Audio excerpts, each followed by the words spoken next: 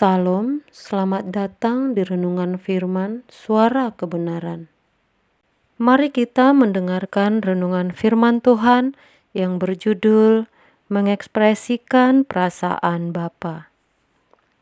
Mengikut Tuhan Yesus, pada akhirnya yang paling prinsip yang harus semua kita capai adalah mengekspresikan perasaan Bapa.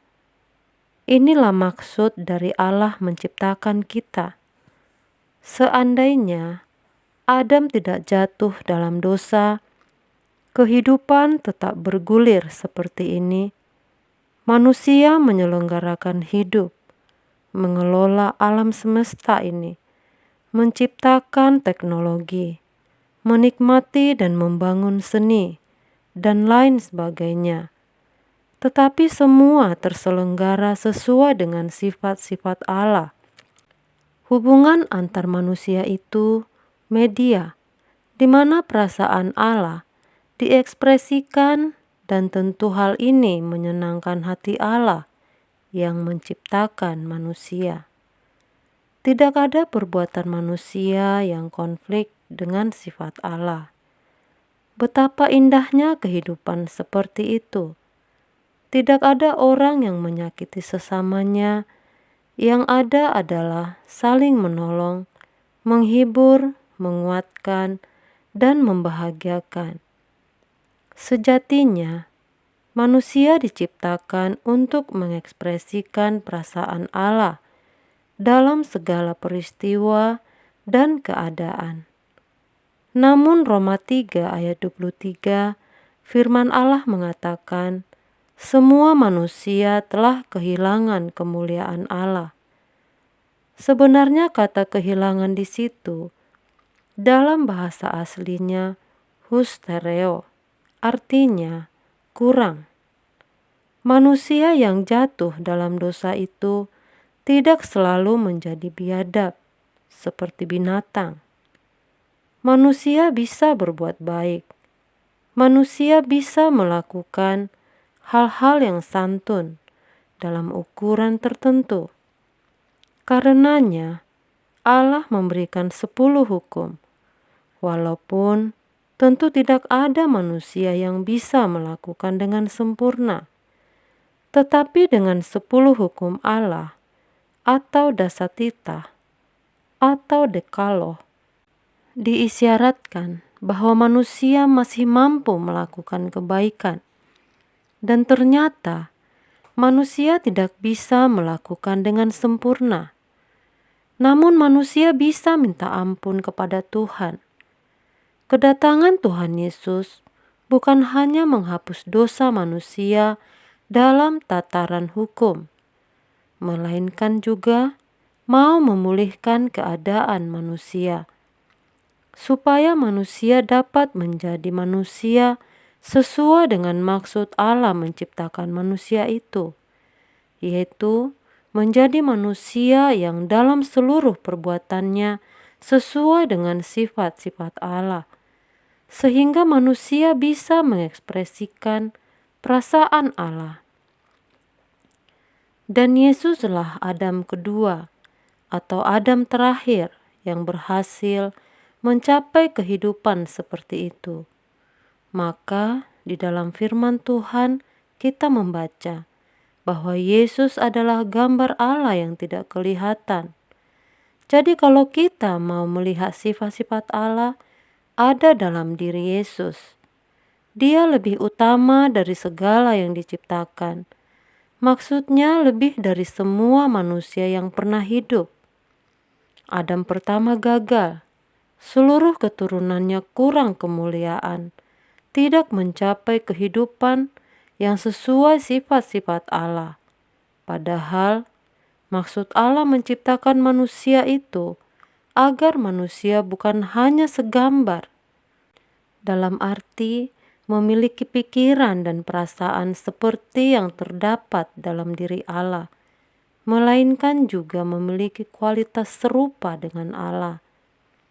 Manusia bukan hanya memiliki pikiran, perasaan, kehendak, dan kebebasan bertindak seperti yang terdapat dalam diri Allah, namun juga memiliki kualitas dalam bertindak tersebut. Yesus Adam kedua atau Adam terakhir yang bisa menampilkan sifat Allah. Kata yang sulung ini penting sekali. Ini sangat fundamental di dalam kekristenan, karena yang sulung artinya dia memulai dan mengisyaratkan ada yang lain. Di Roma 8 juga dikatakan, dia menjadi yang sulung di antara banyak saudara. Dan ini sebenarnya berita yang indah, kabar baik.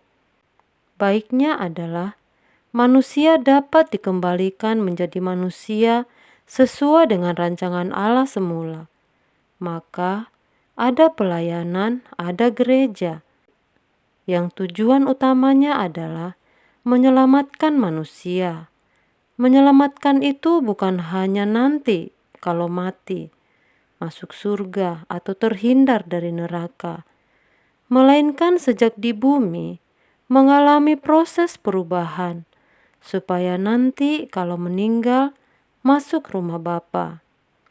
Keselamatan jiwa bukan hanya menyangkut surga neraka saja, melainkan menyangkut proses peningkatan dari manusia yang kurang kemuliaan Allah menjadi manusia sesuai rancangan Allah yang semula.